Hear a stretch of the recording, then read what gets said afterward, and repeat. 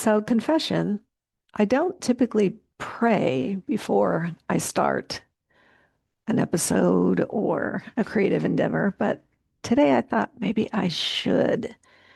That brought me to, well, that's funny, because I wrote down a quick note to myself an hour ago that said, should I? Like, right about, should I? Let's explore that. And of course, I find that amusing. So, a quick prayer later, here we are. Yes, let's dive into should. I've noticed that we straddle ourselves with a lot of shoulds and should nots. When we do that, we find ourselves in the land of guilt, disappointment, criticism, heaviness, and feeling bad. We tend to ruminate in what we didn't do and what other choice we might have made. Notice how much lighter might have made feels than should have.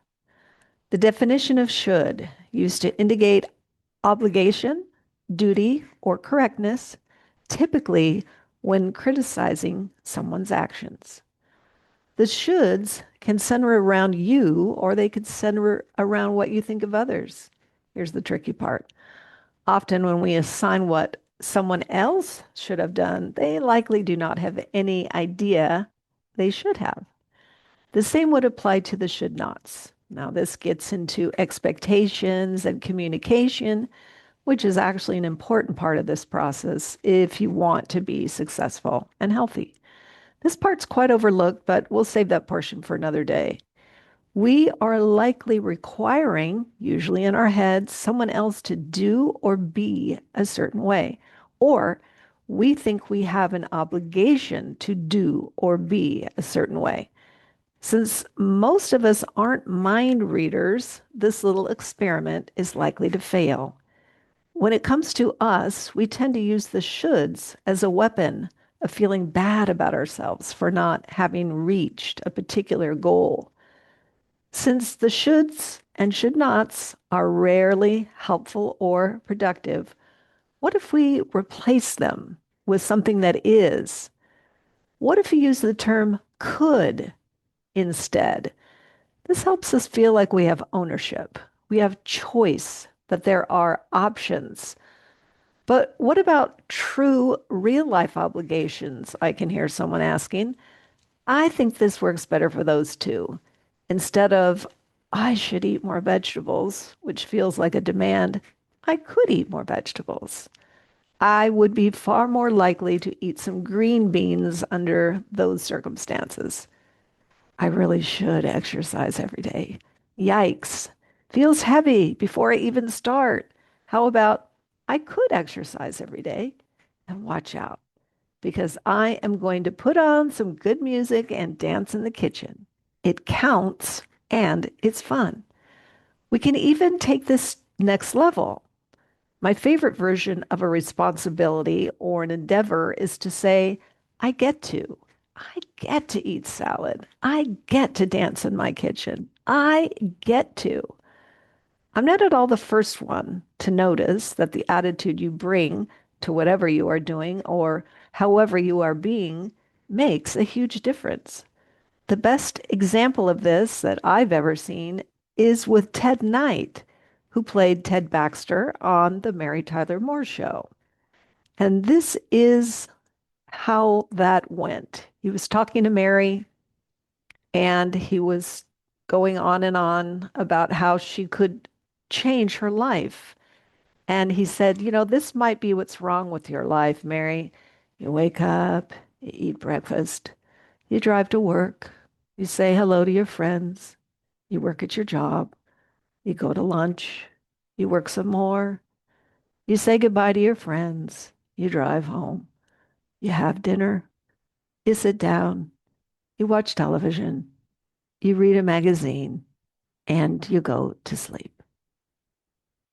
You want to change your life? Choose a new thought, and a new attitude will follow.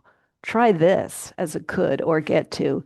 You wake up, you eat breakfast, you drive to work, you say hello to your friends, you work at your job, you go to lunch, you work some more, you say goodbye to your friends, you drive home, you have dinner, you sit down, you watch television, You read a magazine and you go to sleep. Now, those feel very different, don't they? So, this is all about going from should to could to get to. So, the shoulds also work with have to and sometimes even supposed to. So, notice the heaviness. So, here are 5 reasons you should break up with should. Should keeps you living someone else's life. It often comes from expectations you inherited in your family, culture, church, age, roles, not from what you actually want or need. Number 2, should creates guilt instead of clarity. The minute you say, I should, your nervous system hears pressure, obligation, and failure before you even begin.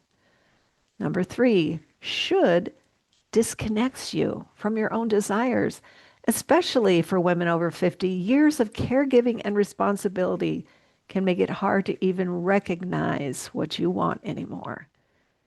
4, should keeps you stuck in perfectionism. You wait to do things the right way or at the right time with the right plan and end up postponing your life. 5, should makes growth feel heavy instead of hopeful. Real transformation usually starts with permission, curiosity, and honesty, not shame and self correction. You need to ask yourself, what do you actually want now? And are you brave enough to take that first step? So instead of living someone else's life, you could start asking yourself what you want in this season. Instead of leading with guilt, you could choose curiosity and compassion toward yourself. Instead of ignoring your desires, you could give yourself permission to want more, differently, or next. Instead of waiting for perfect, you could take one small, honest step towards today. Instead of carrying the weight of should, you could create a life that feels lighter, freer, and more aligned with who you are now. So, are you ready to break up with should? I know I am.